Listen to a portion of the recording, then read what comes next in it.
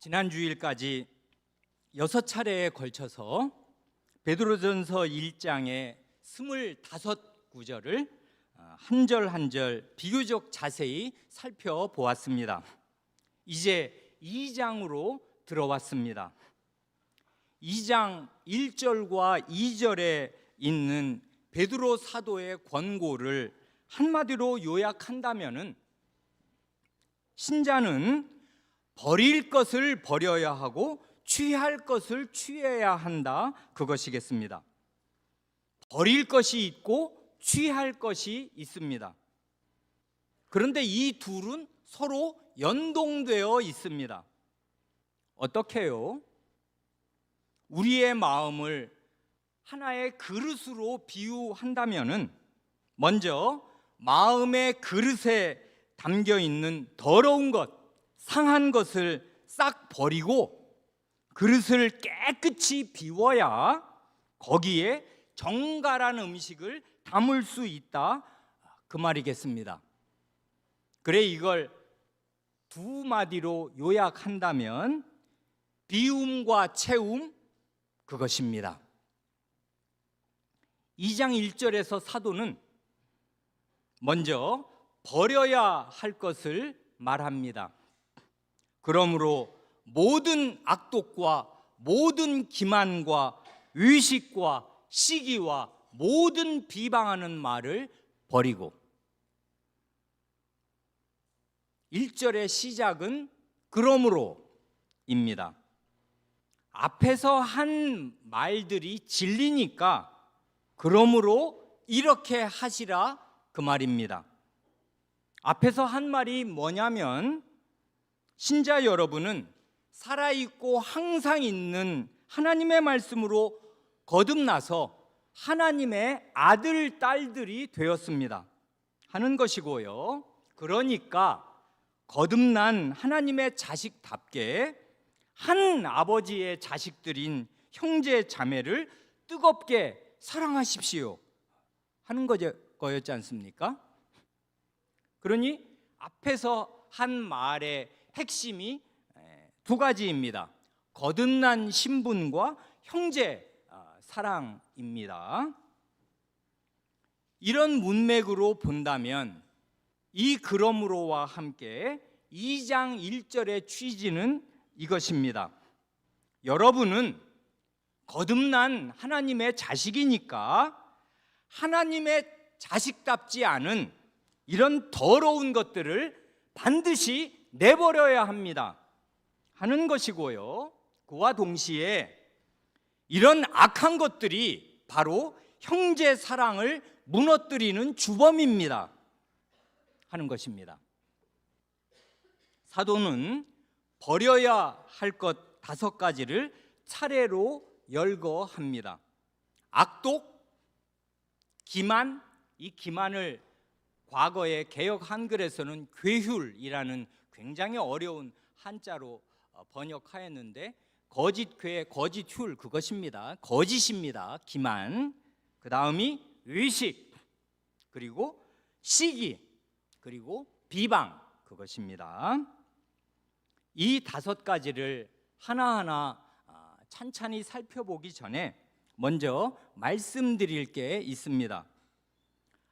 다른 사도인 바울 사도가 쓴 로마서 1장 29절 이하를 보면 이 5가지 중에 정 가운데 있는 의식, 그 한 가지를 제외한 나머지 4개, 그러니까 악독, 기만, 시기, 비방, 이 4가지가 그대로 로마서 1장 29절 이하에 똑같이 나오는데, 중요한 것은 이게 바로 불신자, 곧 하나님을 마음에 두기를 싫어하는 사람들의 전형적인 특징일 뿐만 아니라 더 무섭게는 하나님의 법정에서 사형에 해당하는 중대 범죄라고 말한다는 사실입니다.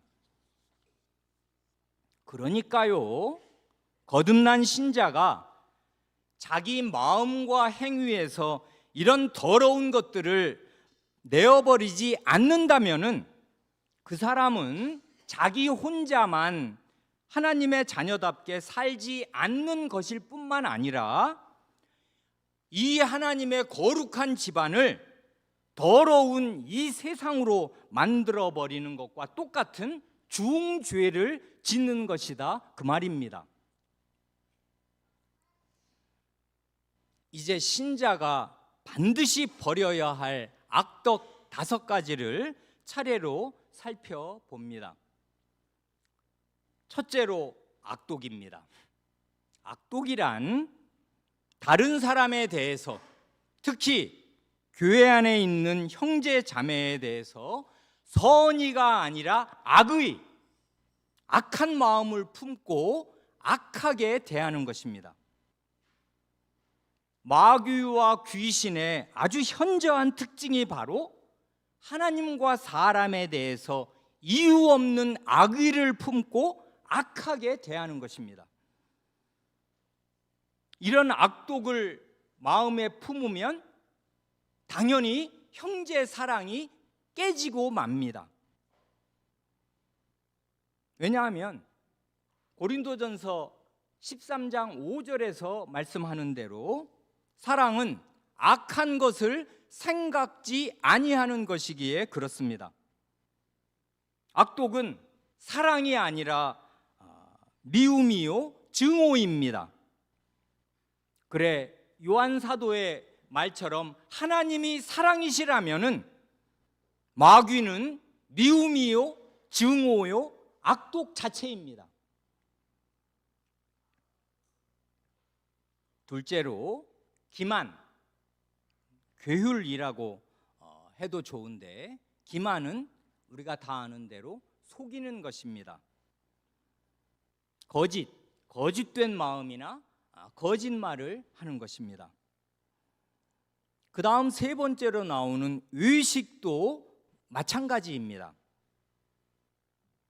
그런데 어린이 여러분, 여기에서 말하는 의식이란 그 밖에서 사 먹는 음식을 말하는 게 아니라 외면, 겉을 수식하는 거, 꾸미는 거. 그러니까 겉을 번지르르하게 꾸미는 거, 자기 외면을 이렇게 좋은 사람처럼 보이게 하려고 꾸미는 거, 그런 위선을 말합니다. 선은 선인데 가장된 선, 거짓된 선을 가짜선, 위선이라고 하지 않습니까? 사도는 바로 앞 1장에서 거짓 없는 사랑엔 거짓이 없어야 하는 거 아니냐, 거짓 없는 사랑을 말했습니다. 그래, 거짓된 마음이나 위선을 품으면은 참된 사랑이 깨지고 마는 것입니다. 사랑은 진리와 함께 기뻐하는 것이기에 그렇습니다. 교회의 기초는 예수 그리스도의 진리, 곧 십자가와 부활의 진리입니다. 이걸 누가 모르랴, 다 아는 소리를 왜 하나 하겠지만은 이 거짓과 위선의 측면에서도 그리스도의 십자가와 부활이 관건이에요. 어떻게 해요? 그리스도를 믿는 신자는, 그리스도를 믿는 신자만이 사람의 힘으로는 도무지 벗어날 수 없는 거짓과 위선의 탈을 벗어버릴 수 있습니다. 십자가 앞에서 우리는 나의 추악한 모습을 있는 그대로 시인합니다. 나는 오갈 데 없는 죄인입니다. 영원히 지옥에 떨어져야 마땅한 대역 죄인이요 중죄인입니다. 다름 아닌 바로 나의 죄 때문에 그리스도께서 십자가 위에서 하나님의 진노와 저주와 형벌을 받으셨습니다. 여기에 해당되지 않는 신자는 단 한 사람도 없습니다. 목사, 장로, 집사도 예외가 아닙니다. 그러니 멋있는 죄인, 훌륭한 죄인은 없는 것이에요. 이게 모든 신자의 기본값입니다. 그렇기에 십자가를 참되게 믿는 신자라면은 마치 자기가 무슨 훌륭한 죄인이라도 되는 듯이 위선의 탈을 쓰고서 남들 앞에 자신의 본 모습을 감추려고, 혹은 남들 앞에 자신을 좀 더 괜찮은 사람으로 보이려고 애쓸 필요가 없습니다. 하나님께서는 내 밑바닥을 완전히 다 아시면서도 이런 나를 구원하시려고 아드님을 내어 주셨습니다. 그리고 그리스도께서는 내가 얼마나 가망 없는 죄인인가를 완전히 낱낱이 다 아시면서도 이런 몹쓸 나를 위해 십자가에 달려 죽으셨습니다. 그러니 예수 그리스도의 십자가는 신자를 위선과 거짓으로부터 해방시키는 해방의 복음입니다. 그런데도 신자라는 사람이 교회 안에서 계속 자기를 원래 모습 이상으로 잘 보이려고 하고 위선의 탈을 쓰고 산다면은 그 이유는 그가 그리스도의 복음을 참되게 경험하지 못했기 때문이거나 아주 조금만, 아주 불철저하게만 약간 경험했기 때문일 것입니다. 그러니 그리스도의 복음을 참되게 깨달은 사람은 모든 거짓을 버리고 위선을 버려야 해요. 그럴 필요가 없어요. 우리의 기본값은 원래 지옥 밑바닥입니다. 아니, 정확히 말하면 지옥은 바닥이 없어서 무적행인데 끝없이 추락하는, 그렇게 해야 마땅할 사람이 원래 우리 자신이잖아요. 그러니까 숨기고 자지고 할 게 없어요. 원래 우린 이런 사람입니다. 그런데 구원받은 사람이에요. 그러니 위선을 버려야 하고 거짓을 버려야 해요. 네 번째로 나오는 시기, 이게 아주 무섭습니다. 시기의 근원은 자신의 처지에 대한 원망과 불평, 그리고 탐심입니다. 신자라도 자기를 하나님께서 두신 자리, 하나님께서 자기를 두신 자리에 감사할 줄을 모르면 원망과 불평이 마음에 스멀스멀 차오르게 됩니다. 그렇게 되면 사실상 나보다 별로 나을 것도 없는 저 사람은 왜 저렇게 좋은 것을 누리고 사는가 하는 생각에 그를 시기하게 됩니다. 두렵게도 천사의 장이 고위급 천사가 마귀로 전락하게 된 근본 원인이 바로 시기심이었습니다. 천사라는, 그 중에서도 천사의 장이라는 자신의 고귀한 처지를 영광스럽게 여기고 감사하는 대신에 분에 넘치는 탐심을 품고서 하나님께서 받으시는 경배와 찬양에 대해서 질투심, 시기심을 품었습니다. 또한 아니, 지혜와 능력은 천사인 내가 저 사람보다 100배는 더 나은 것 같은데 왜 사람은 하나님의 자녀로 대접을 받고 나는 겨우 하나님의 자녀를 섬기는 종으로 살아야 하는가?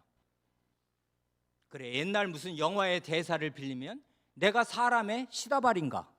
이렇게 생각을 하면서 시기심과 불만과 원망을 품은 것입니다. 그러니 시기심과 원망은 본질을 직시하면 마귀적인 것입니다.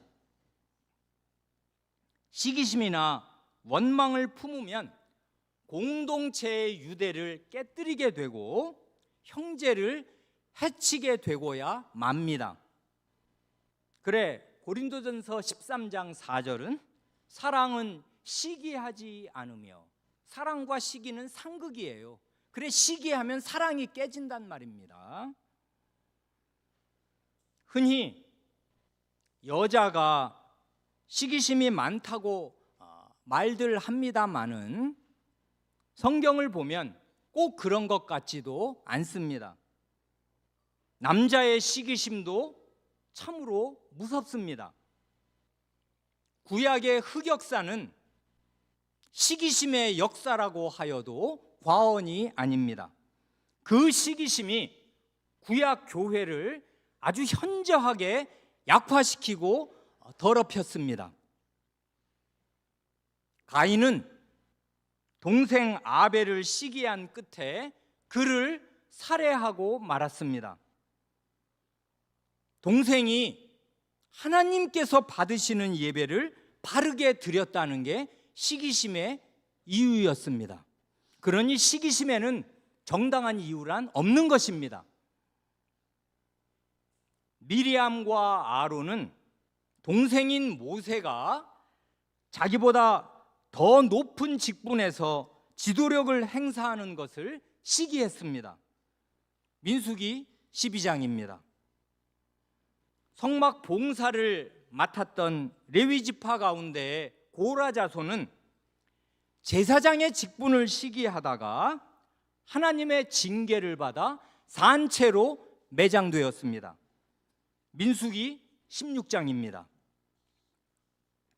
사울 왕은 다윗이 자기보다 훨씬 더 나은 전공을 세워 나라를 구하고 구하는 것을 시기해서 어떻게든 그를 죽이려고 눈이 시뻘개졌습니다. 구약시대만 그랬던 것이 아닙니다.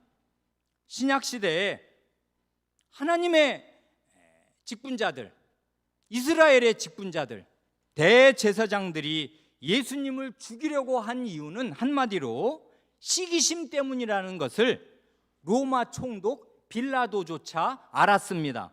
마가복음 15장 10절에서 우리가 확인한 사실입니다.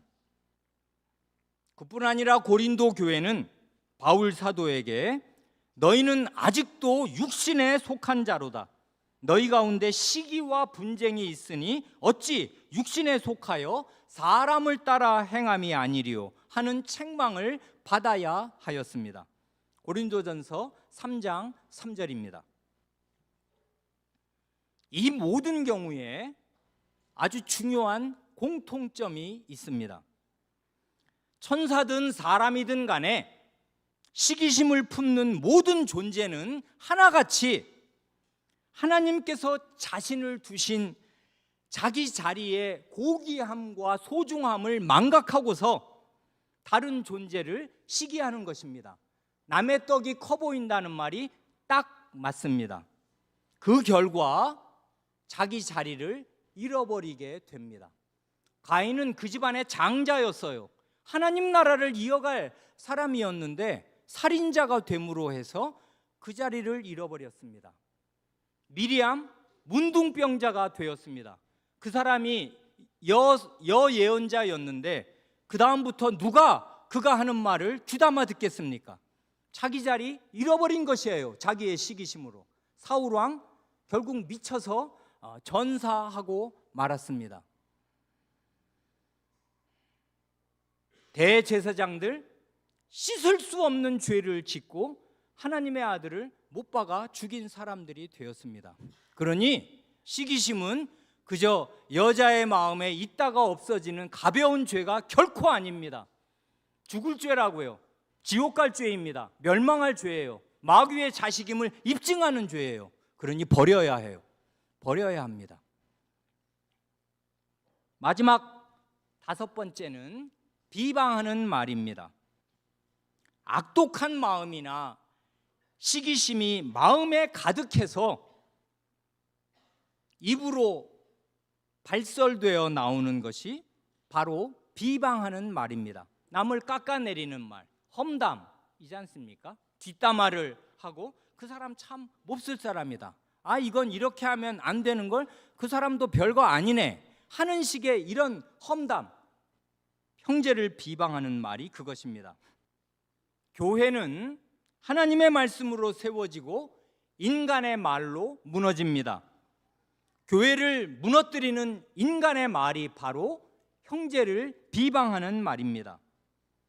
그래 교회에서는 늘 말을 조심해야 합니다. 어거스틴 선생의 묘비에 쓰여 있는 말을 다시금 소개합니다. 선생은 자신의 묘비에 다음과 같은 이행시를 두 줄 시를 새겨놓도록 하였습니다. 누구든지 자리에 없는 사람을 말로 비방하기를 좋아하는 자는 이 금지된 식탁이 자기에게 해당한다는 것을 모른다. 그러니 어거스틴 선생은 제9계명의 말씀을 골수에 새기고서 아니 나 죽어도 내 후예들이 그리고 나를 따랐던 신자들이 내 무덤에 와서 이 비문을 보고라도 9계명을 마음에 새겨서 비방하는 말을 하지 않게 해야겠다. 그렇게 살아생전에 자기 묘비명을 정하고 죽은 사람입니다. 이 선생의 말에 따르면 자기가 비방한 대로 비방받을 것입니다. 심은 대로 거둘 것입니다.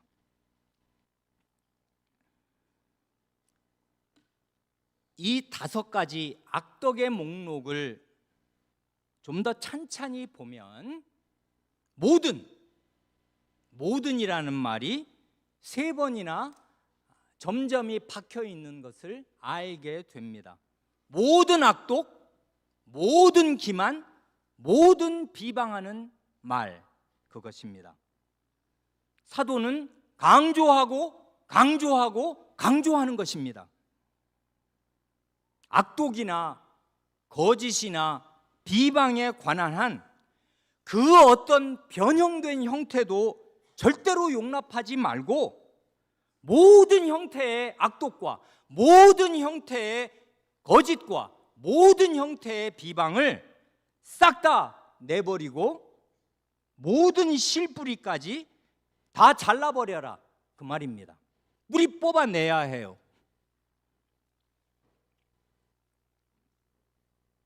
그런데 사도는 이 2장 1절 말씀을 불신자가 아니라 신자들에게 하는 거지 않습니까?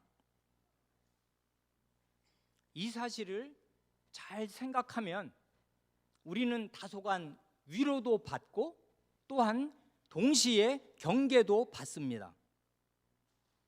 신자는 거듭나서 예수 그리스도의 부활 생명과 하나님의 살아있고 항상 있고 세세토록 있는 말씀으로 거듭나서 새 사람이 된 것이 틀림없지만은 새 사람 안에 옛사람의 잔재가 남아있는 것이 사실입니다. 이것이 우리의 솔직한 현실이에요.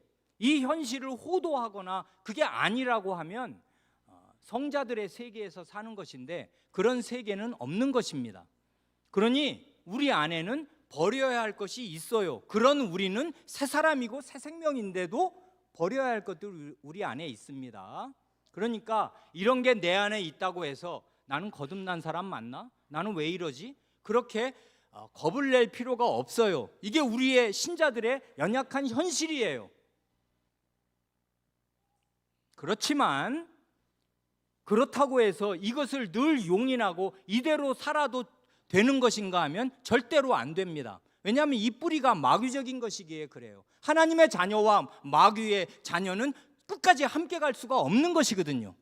그러니까 나는 마귀의 자녀가 아니라면은 이런 마귀에 속한 것, 공동체를 깨뜨리는 것, 하나님의 집안을 파괴하고 더럽히는 것, 이런 것들 내버려야 해요. 그럼으로써 나는 하나님의 거듭난 자녀라는 사실을 내 안에서도 입증받고 다른 사람으로부터도 입증받을 수 있는 것 아닙니까? 그래, 마치 집안을 아무리 깨끗하게 청소해 놓아도 며칠이 지나면 또 뽀얗게 먼지가 않는 것처럼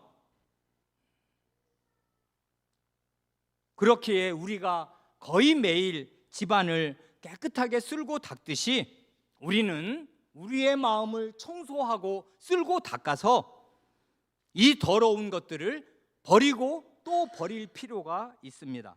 만약 한 달만 주의를 게을리 한다면은 우리의 마음이 지저분한 음식물 쓰레기통처럼 되어 있을지도 모릅니다.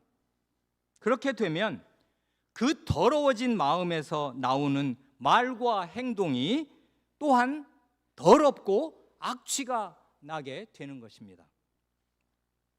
우리 주님께서 친히 말씀하시기를 선한 사람은 마음에 쌓은 선에서 선한 것을 내고 악한 자는 그 쌓은 악에서 악을 내나니 이는 마음에 가득한 것을 입으로 말함이니라 하시지 않습니까? 누가복음 6장 45절 말씀입니다.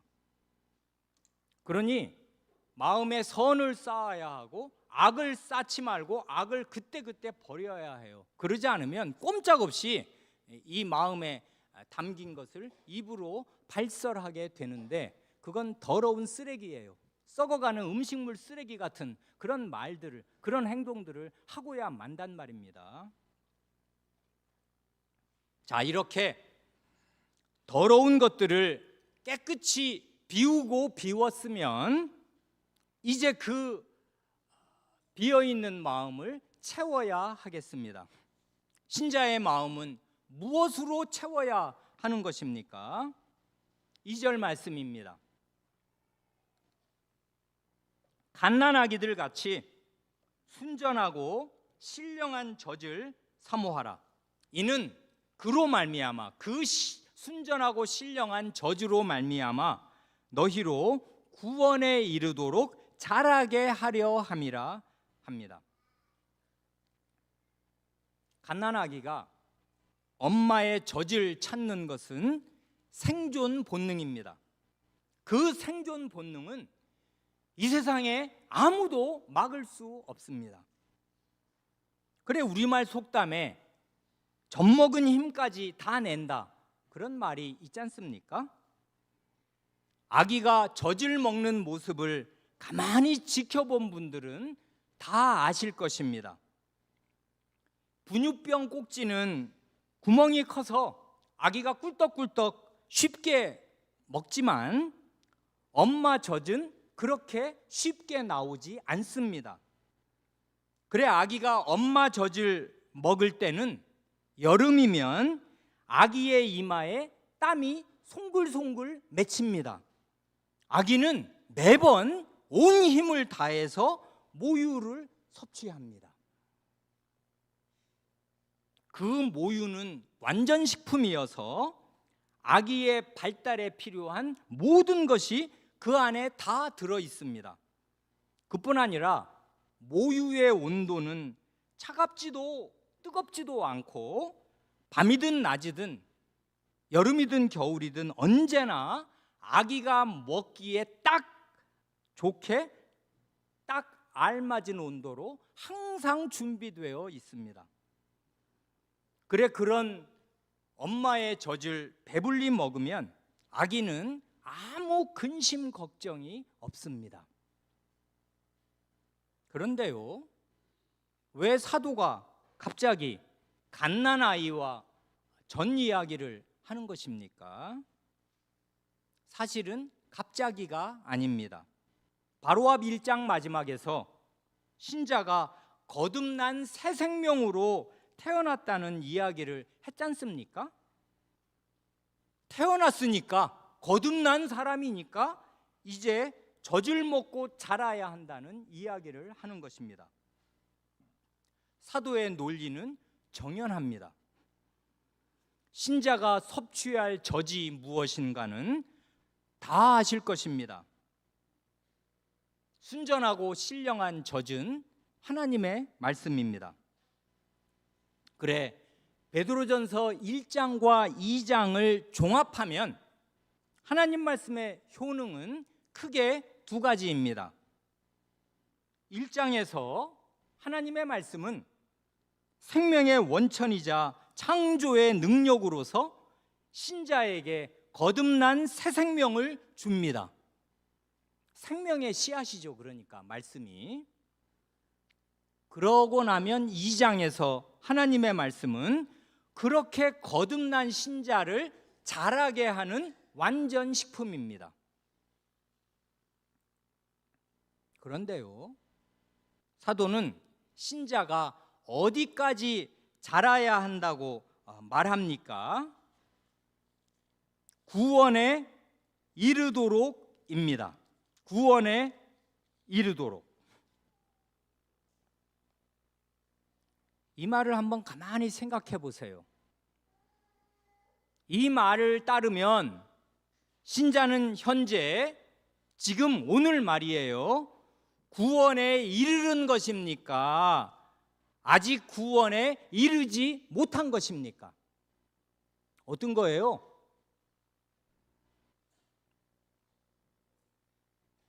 말을 평명하게 읽으면 모를 수가 없습니다.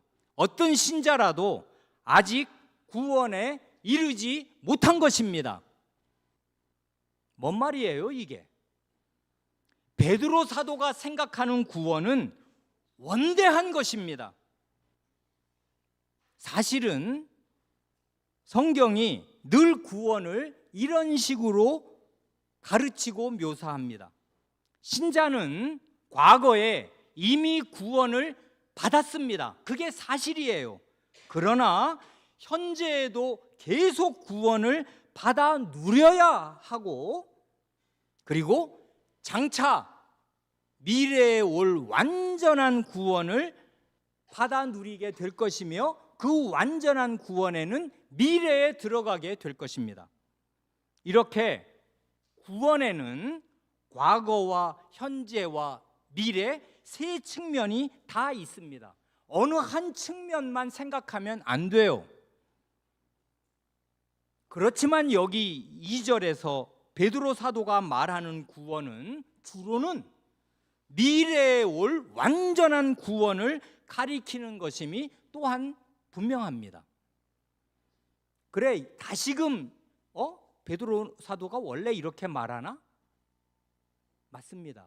그래, 다시 베드로전서 1장으로 돌아가 보면 1장 5절에서 베드로 사도의 구원관이 이미 천명되었어요. 뭐래요? 너희는 말세에 나타내기로 예비하신 구원을 얻기 위하여. 이미 그렇게 말했거든요. 구원은 언제 나타난다는 것입니까? 역사의 맨 마지막 날에 나타날 것입니다. 그럼 베드로는 자기는 구원 안 받았다고 생각하는 거예요? 그런 사람이 무슨 사도며 무슨 구원의 복음을 전하겠습니까? 구원 받았습니다. 그러나 나는 아직 말세에 나타나기로 예비하신 그 완전한 구원은 못 받았습니다. 그러니 나는 그 구원을 기다립니다. 이게 우리의 소망이잖아요. 그러니 구원은 원대한 것이에요. 지금 우리가 누리는 것은 장차 영원히 누릴 것에 비하면 1000분의 1, 만분의 1, 100만분의 1도 안 될 것입니다. 그날의 영광을 우리는 이루다 감당할 수가 없을 것입니다. 예수 그리스도께서 나타나실 때 우리가 얻을 칭찬과 존귀와 영광, 그걸 어떻게 다 우리가 헤아릴 수 있겠어요? 해보다 더 빛날 것입니다. 그러니 그 구원을 기다려요. 또 그렇습니다. 9절이 그렇잖아요. 믿음의 결국 곧 영혼의 구원을 받음이라. 이건 무슨 문맥에서 얘기하는지 이제 예수님을 믿고 말할 수 없는 영광스러운 즐거움으로 기뻐하는데, 믿음의 맨 마지막 꼬린 지점이 어디냐? 영혼의 구원이지 하고 말하잖아요. 이럴 때 보면 사도는 이미 구원받았고 그 구원을 즐기고 있는 사람임에 틀림이 없지만, 이 과거와 현재의 구원 못지않게 이 사람 마음을 가득 채워서 자기를 그냥 견인하고 있는 그 강력한 힘은 미래에 올 구원이에요. 그래, 구원에 이르도록 우리는 자라야 한다 말합니다. 그러니 우리의 구원관, 구원에 대한 개념도 이런 사도의 말로 씻김을 받아서 미래를 향하는 것이 아주 좋습니다. 그게 사실이에요. 그래야 우리의 소망이 우리를 이끌게 되는 것이란 말입니다. 중요한 것 사실은 이것입니다. 하나님의 자녀로 거듭나게 된 신자가 미래에 올 영광스럽고 완전한 구원에 들어갈 때까지 신자에게 영향을 공급해 주는 에너지원이 무엇인가 하는 것입니다. 그건 바로 하나님의 말씀입니다. 그러니 신자는 첫째로 맨 처음에 하나님의 자녀로 거듭날 때에도 하나님의 말씀으로 거듭나는 것이고, 둘째로 그 하나님의 말씀을 계속 먹고 또 먹어서 오늘 밥심으로 오늘을 살듯이 자라고 또 자라야 하는 것이고, 셋째로 그렇게 자라고 자란 끝에 장성한 신자가 되어서 마침내 신자를 위해 예비된 영광스럽고 완전한 구원에 들어가게 되는 것입니다. 그날의 영광을 우리는 이루다 헤아릴 수 없습니다. 그날의 모든 신자는 해와 같이 빛나게 될 것입니다. 지금은 여러분이 제 얼굴을 보면 빤히 쳐다볼 수 있지요. 그날에는 제 얼굴을 그냥 쳐다볼 수 없게 될 것입니다. 해보다 더 빛날 것이니까. 어디 그런 말씀이 있어요? 주님 자신의 말씀을 들으십시오. 우리 주님께서 마태복음 13장 43절에서 친히 하신 말씀이 그것입니다. 그때의 의인들은 자기 아버지 나라에서 해와 같이 빛나리라. 귀 있는 자는 들으라. 아멘. 아멘. 자기 아버지 나라입니다. 그래, 하늘에 계신 우리 아버지요 라고 오늘 진실하게 기도하셨다면 그 사람은 하나님의 아들이요 딸일 것인데, 자기 아버지 나라에서 해처럼 빛나겠습니다. 그래, 그날은 우리가 이런 시력으로는 그 사람 얼굴을 똑똑히 볼 수도 없을 것입니다. 너무나 빛이 나고 해보다 더 빛나니 무슨 얼굴을 똑똑히 보겠습니까? 우리 다 그런 존재 될 사람들입니다. 그러니 우리가 받을 구원은 지금 우리가 누리는 이런 정도의 것으로 그칠 수 없어요. 그러니 그런 구원에 이를 때까지 이 순결한 양식을 계속 먹어야 한다, 그 말입니다. 여기에서 한 가지 주의할 점이 있습니다. 이 베드로전서가 아닌 다른 성경에서는 하나님의 말씀을 먹는 음식으로 비유할 때 그 하나님의 말씀 속에는 젖에 해당하는 아주 초보적인 것, 유아식도 있고 밥이나 단단한 음식에 해당하는 훨씬 더 심오한 것, 어른들이 먹을 것도 있다 하고 말하는 데가 있지 않습니까? 예를 들어 바울 사도가 고린도전서 3장 2절에서 나 사도 바울이 너희 고린도 교회 교인들을 젖으로 먹이고 밥으로 아니하였나니 이는 너희가 감당하지 못하였음이거니와 지금도 못하리라 할 때에 여기에 젖은 하나님의 말씀의 초보적인 부분만 가리키는 것입니다. 밥과 대비되는. 그래, 너희는 유치한 유아구나. 맨날 젖만 먹지. 갓 태어난 아이에게 밥을, 이거 음식이다 하고 밥을 입으로 집어넣어주면 어떻게 됩니까? 그 아이 큰일 나잖아요. 소화할 수가 없잖아요. 다 설사하고 일단 목으로 삼키지도 못할 것입니다. 그러니 젖과 밥이 여기서는 대조돼요. 하나님의 말씀 안에는 젖도 있고 밥도 들어있는데 자라지 못한 신자는 밥을 소화할 수가 없어요. 근데 힘이 하나도 없죠. 걔는 약하니까 일어서지도 못하고 목도 못 가누잖아요. 처음에 태어난 사람은. 같은 취지로 히브리서 5장 12절 이하에서도 젖과 단단한 음식, 뭐 고기든지 깍두기든지 뭐 이런 단단한 음식과 그 액체로 된 젖을 대조해서 구분해서 말하지 않습니까? 히브리서 5장 12절 이하는 이렇습니다.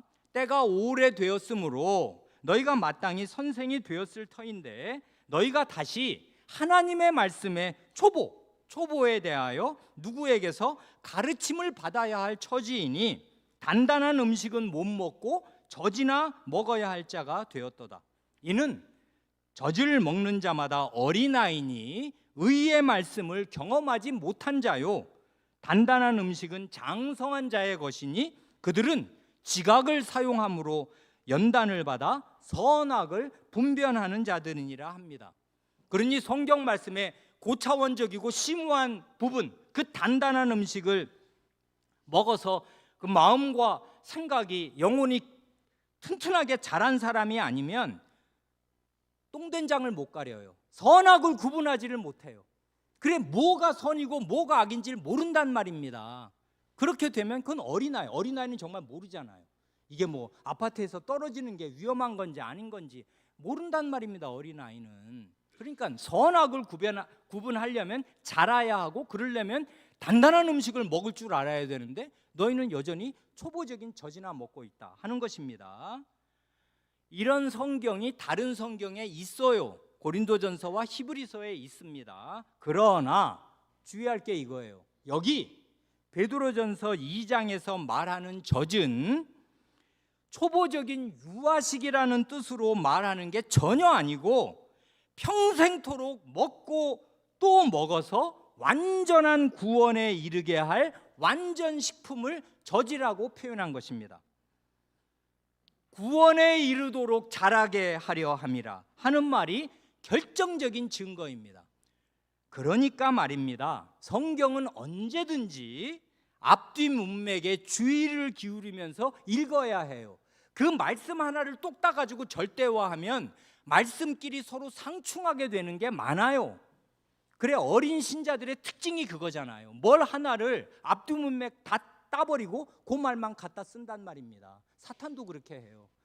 뛰어내려라, 하나님이 천사를 시켜서 너를 보호한다고 안 그러더냐 하고 시험을 하려고 말씀을 갖다 쓰네. 사탄도 하나님 말씀 인용할 수 있어요. 그게 하나님 말씀 아닙니까? 그런데 걷다 갖다 쓰면 안 되는 말씀이거든요, 앞뒤를 보면. 그러니까 성경은 언제나 책으로 주셨고 서신으로 주셨으니까 서신을 한 글자만, 한 단어만, 한 줄만 읽습니까? 앞뒤를 읽어야 해요. 문맥 가운데 뜻을 파악해야 온전한 것입니다. 베드로 사도가 갓난아이와 젖을 말하는 것은 갓난아이가 엄마 젖을 찾는 그 열심처럼 신자가 하나님의 말씀을 열심히 섭취해야 할 것을 말하려는 것입니다. 그러니 신자인 우리는 갓난아기에게도 배울 것이 있습니다. 마침 지난주에 유아 세례를 받은 그 한 달밖에 안 된 그 갓난아이가 엄마 젖을 먹는 모습을 본다면 우리는 그 아이에게 배울 게 있어요. 역으로 말하면 신자가 하나님의 말씀을 열심히 섭취하지 않는다면 그는 갓난아이만도 못하게 사는 것입니다. 선악을 분별하지 못하게 될 것이에요. 사도는 하나님의 말씀을 순전하고 신령한 젖이라 합니다. 여기에 순전하다는 말은 그 원문의 뜻이 1절에서 말한 기만이 없는, 곧 거짓이 없는 이라는 뜻입니다. 그래서 순전한 거예요. 그래, 거짓 없는 이런 말로 옮겨도 무방합니다. 그러니 하나님 말씀은 거짓이 없어요. 아주 온전하고 순전해요. 그렇기 때문에 교역자가 설교할 때에는 성경 말씀의 이 순수한 뜻을 그냥 그대로 드러내는데 온 힘을 기울여야지 자신의 어떤 불순한 의도를 섞어서 전하면 안 됩니다.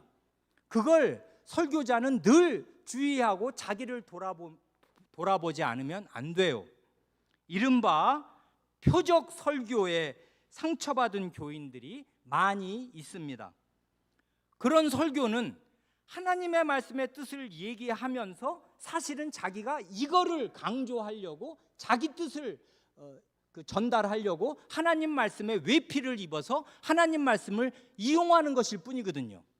그런 설교는 순전한 양식이 될 수가 없어요. 그래, 교인들이 설교를 들으면 알아요. 왜냐하면 양식이 되냐 안 되냐를 하나님의 양들은 알거든요. 그게 자기 목숨이 거기 걸려 있고 진짜 자기 목숨을 걸고 그 말을 들으러 온 사람들은 알아요. 저게 지금 목사가 어떤 꼼수가 있어서 이걸 지금 어느 누구를 그냥 찍어내려고 표적으로 삼아서 이 말씀을 갖다 쓰는 건지, 원래 그 말씀이 그런 건지, 원래 하나님 말씀에는 그러면 지옥 간다, 하나님 나라 유업을 못 받는다, 두려운 말씀도 있어요, 신자에게.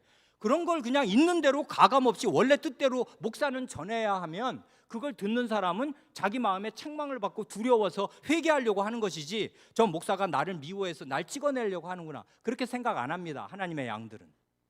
그러니까 순전하게 설교하도록 말씀을 혼잡하게 섞어서 전하지 않으려고 설교자는 애써야 해요.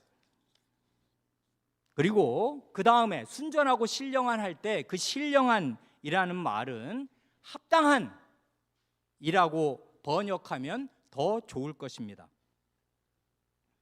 이치에 맞는, 논리에 맞는, 합당한, 그런 뜻입니다. 그러니 하나님의 말씀은 우리가 구원에, 완전한 구원에 이르도록 자라게 하기에 순수하고 합당한 젖입니다. 이 젖 이외에 합당한 음식은 없어요. 그러니까 설교가 무슨 뭐 어떤 예화나 재밌는 감동적인 그런 말들은 많잖아요. 유튜브 보면 수백 수천 개가 있을 겁니다. 아마 감동적인 그런 강연들 많잖아요. 그런 거 열심히 들으세요. 그러나 그런 걸로는 완전한 구원에 이를 수 없잖아요. 아무리 감동을 받았더라도. 하나님의 말씀이 순수하고 완전한 구원에 이르기에 합당한 젖이기에 하나님의 말씀의 원래 뜻이 듣기 어렵더라도 그 말씀이 원래 무슨 뜻이냐, 그 말씀 해명받기를 바라시고 그 말씀을 들으시고 깨달으려고 애를 쓰세요. 젖 먹기 힘들어요. 그 뭐 젖이라고 그래서 그냥 빨면 나오는 게 아니에요. 애를 보세요. 그게 쉽게 나오나. 엄청 자기 온 힘을 기울이지 않으면 젖이 안 나옵니다. 하나님 말씀도 똑같아요. 사도는 그 다음 3절에서 너희가 주의 인자하심을 맛보았으면 그리하라 합니다. 많은 학자와 설교자들은 이 3절의 조건절, 이건 조건이잖아요. 너희가 뭐뭐 했으면 하니까 우리 중학생 이상 된 사람은 영어의 if절이거든요. 너희가 뭐뭐 하면, 조건을 제시하네. 그래, 이 조건절을 결과의 뜻으로 해석합니다. 즉 여러분이 주님의 인자하심을 맛보았으니까, 그게 사실이니까 그렇게 하라고. 그렇게 하라는 게 뭐라고요? 순전한 젖을 사모해서 자라도록 힘쓰시라고요. 그래, 이런 조건절을 결과절로 해석합니다. 그렇게 이해해도 아무 문제가 없습니다. 그러나 성경에 쓰여져 있는 형태 그대로, 우리에게 주어진 형태 그대로 조건절로 받아들여도 좋을 것입니다. 조건절로 이해할 때의 장점은 이 3절을 읽는 사람으로 하여금 돌이켜 생각하도록 하는 것입니다. 너희가 주의 인자하심을 맛보았다면, 요러니까 나는 과연 하나님의 선하심과 인자하심을 맛보았는가? 나 그런 사람인가? 그때가 언제였던가? 지금도 나는 하나님의 인자하심을 맛보고 있는가? 그렇지 못하다면 그 원인이 뭔가? 그럼 나는 어떻게 해야 하는가? 하는 일련의 생각들을 하게 만드는 조건절이에요. 당신들이, 여러분들이 하나님의 인자하심을 맛보았다면, 하나님의 선하심과 인자하심은 그리스도의 십자가와 부활에서 가장 확실하게, 가장 현저하게, 움직일 수 없이 분명하게 나타납니다. 그리스도의 십자가와 부활을 믿는 사람이라면은 하나님의 한없는 그 인자하심과 선하심을 맛본 사람이고, 그런 사람이라면은 갓난아기가 엄마 젖을 먹고 또 먹듯이 하나님의 말씀을 계속 읽고 듣고 묵상하여서 하나님의 인자하심을 맛보고 또 맛보는 길로 가는 것입니다. 그래, 자라고 또 자라야 해요. 그러지 않으면 유치한 상태에 머물러 있으면 그 사람은 계속 그 공동체, 이 교회 안에 문제를 일으키는 사람이 되고 맙니다. 방법이 없어요. 사람은 자라지 못하면 그 자체로 근심이에요. 교회에 어떤 집안에 아이가 태어났는데 애가 1년이 됐는데 안 자라. 그러면 부모가 근심 걱정이 처음에 날 때나 기뻤지, 그 다음부터는 근심 걱정이 매일이잖아요. 우리 아이 어떻게 될 건가. 교인이 그렇게 되면 안 된단 말입니다. 거듭난 새 생명이 있으면 반드시 자라서 몇 년 지나면은 달라져 있어야 해요. 그건 하나님의 말씀에 능력이 있기 때문에 분명한 거예요. 하나님 말씀이 그렇게 허술한 거 아니란 말입니다. 참된 믿음으로 그 말씀을 섭취하면 내면이 변화를 받고 사람은 자라요. 생각도 자라고 말이 달라지고 행실이 달라지고 깊어져요. 사람이 하나님의 형상답게 자식다웁게 변모되어 갑니다. 이게 하나님 말씀의 효능이에요. 그러니 이 길 이외에 우리가 갈 길은 없어요.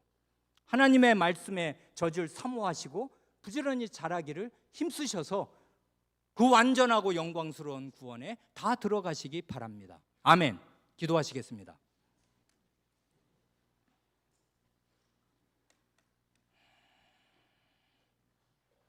주 하나님, 하나님의 말씀은 가장 현실적이고 저희의 마음을 꿰뚫어 보셔서 저희의 마음에 여전히 많은 악독과 기만과 위선과 시기심과 비방하는 말들이 있는 것을 아십니다.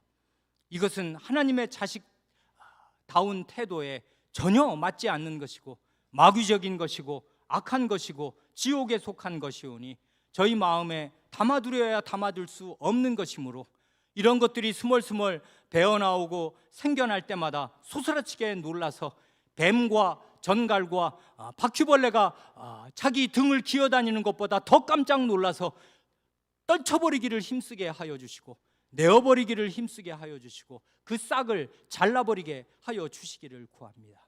그리하여 깨끗해진 마음에 하나님의 그 순전한 젖, 전혀 거짓이 없는 젖, 순수한 젖과 구원을 얻기에 합당하게 모든 것을 갖춘 완전 식품인 하나님의 말씀을 사모하고 또 사모하여서 밤낮으로 생각하고 듣고 읽고 생각하기를 묵상하기를 힘쓰게 하시며 그 말씀이 저희 마음을 가득 채우게 하시고 그리하여 너희가 내 안에 내 말이 너희 안에 거하면 무엇이든지 원하는 대로 구하라 그리하면 이루리라 하신 말씀대로 저희가 예수 그리스도 안에 있고 예수 그리스도의 말씀이 저희 안에 항상 있어서 예수 그리스도와 일체를 이룬 사람답게 늘 참된 기도를 드려 기도에 응답을 받는 자리에 다 들어가게 하여 주시기를 구합니다. 우리 구주 예수님의 이름으로 기도합니다. 아멘.